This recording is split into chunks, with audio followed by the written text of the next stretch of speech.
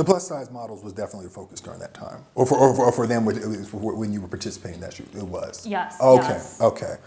That was the part I was like, okay, this is interesting because I did notice that there were other models included, but of course, I was just like, okay, I know this woman here. She's about to go over here and do this photo shoot. Yeah. That's what's up. That's actually what's up. Yeah, and that was actually one of my missions, to be modeling for a fitness brand, not just any plus size fashion brand, because I feel like in Japan there's not much conversation around doing fitness for you, like for yourself, and everything is just focused on weight loss and how much you become thin. And if you don't lose weight a certain way, if you don't lose a certain amount of weight, people automatically assume you failed this diet, you failed this exercise, you're not working hard enough.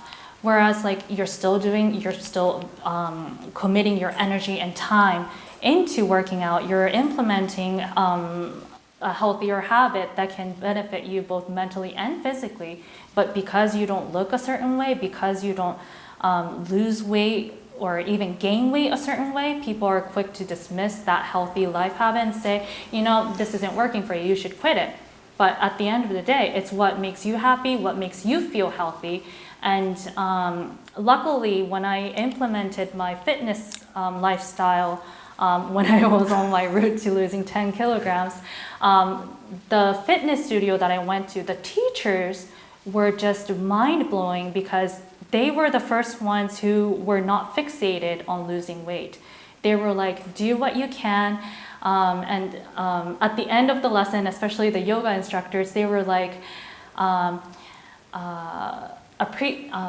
今日頑張ったご自身の体に対してナマステと言いましょう。So they were like, appreciate your body for what you were able to do today, and let's end with namaste. So they were telling us to appreciate our body for doing all the movements that we did, and that just was really mind-blowing for me. I was like, wait, but I don't think I worked out as hard as other girls did. I don't think I lost weight enough in these amount of months, but it was just really nice to have fitness instructors that were not fixated on losing weight.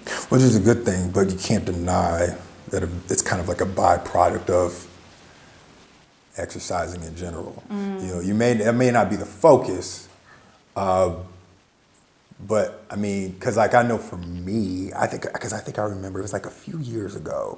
I was living in Texas and I went to like my first doctor's appointment, and they took my blood. I had a blood test like the week before I went to the actual appointment.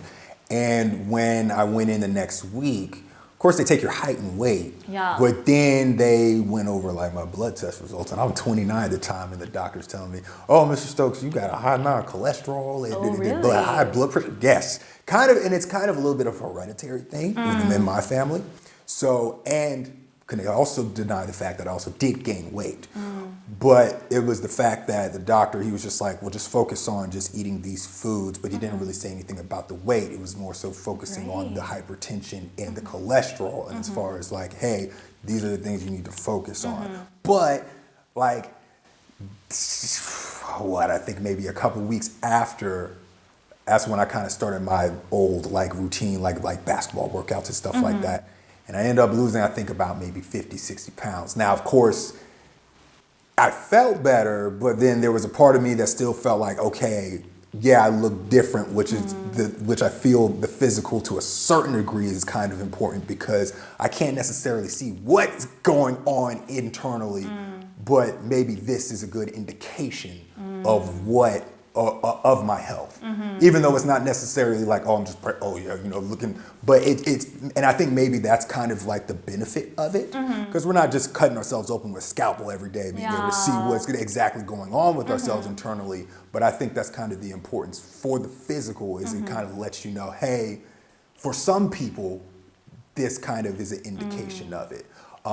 Maybe because your skin may glow a little better, maybe your hair might look a little fuller, maybe your nails might look a little, might be popping.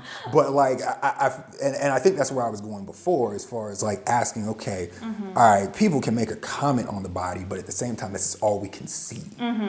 So I think you raise an excellent point. I think people assume the health about other people's bodies, health about the other person based on their bodies because it's visual.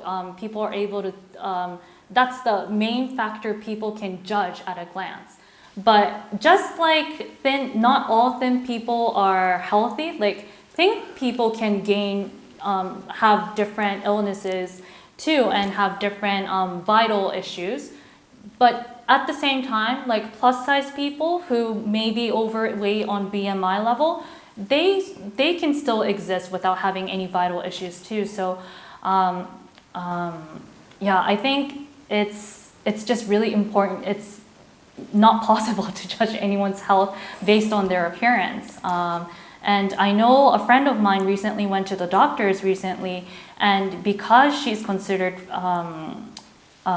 bigger than average size in Japan, her doctor actually misdiagnosed her and brushed off her issues as just being overweight, when in reality she had a whole nother issue. I don't know the English medical term for it, but she injured her knee, and it was like, I don't know, she tore something, but her doctor just dismissed it as she's overweight, she didn't exercise enough, so she needs to exercise. But with that medical diagnosis, she's actually not supposed to move around. So just based... Did she tear an ACL or MCL? I think so. It was something like that, yeah. So judging someone's health or any physical issues based on their body type can actually lead to dangerous misdiagnosis like that. And I know like some parts in the States, some parts in Europe, clinics are actually offering patients to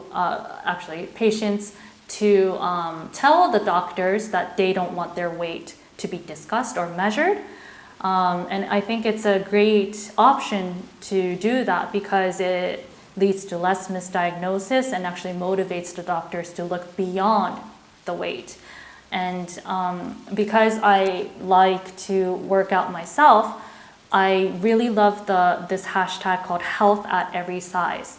You see so many women in many different body types, body sizes who are working out, and like body types that are perceived to be like lazy and incapable of working out.